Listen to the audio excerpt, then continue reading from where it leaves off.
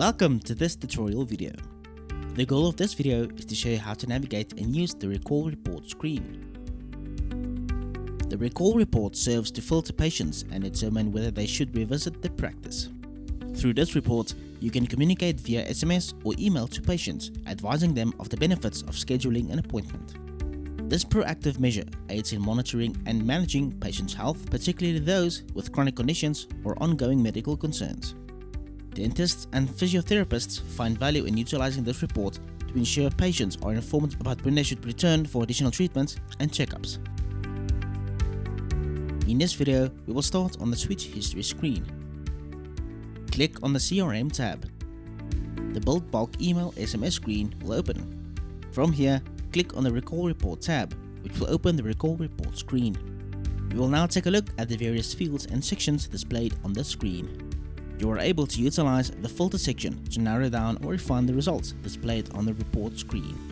The default filter will show you the type of filter that is being utilized. Enter the personal details of the debtor or patient to filter the report list accordingly. The debtor account identifier refers to the account number of the debtor who is responsible for the patient's account. Document number is the documentation number linked to a posted invoice. Patient file number refers to the identifying number that is associated with the patient's hard copy file. Filter the list according to the birth dates by clicking on the patient date of birth from and to fields and selecting the applicable dates from the date picker. Please note that the birth date can be entered manually in year, month, date format. Click on the debtor status drop-down menu to select the relevant debtor status of the patients you are looking for. Please note that the debtor statuses are customizable to the needs of the practice.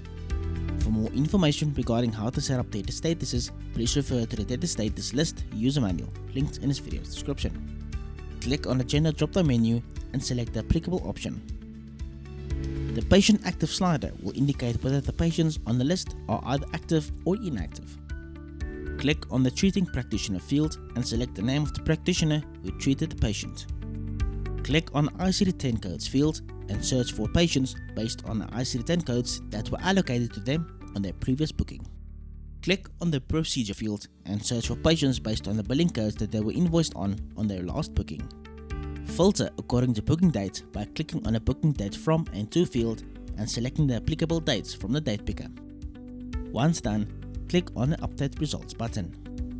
To reset all the filters, click on the Reset Filters button. We will briefly go over the list screen buttons located on the top right of the list. Click on the Select All Results button to select all the results currently displayed on the list. Click on the Expand Widths button to auto-fit the columns width to the information within all columns. Click on the Reset Widths button to restore the original widths after any modifications were done.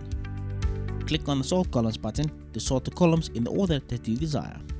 For more information regarding how the Sort Columns feature works, please refer to the How to Sort Columns on Report and the Screens user manual linked in this video's description. Click on the Choose Columns button to select the columns that will be displayed on the list. For more information regarding how the Choose Column feature works, please refer to the How to Choose Columns on Report and List Screens user manual linked in this video's description. All the information on the report screen is divided into columns to logically group related information together. To navigate to the next or previous page, click on the previous or next arrow buttons. Alternatively, click on the page number to navigate to the desired page.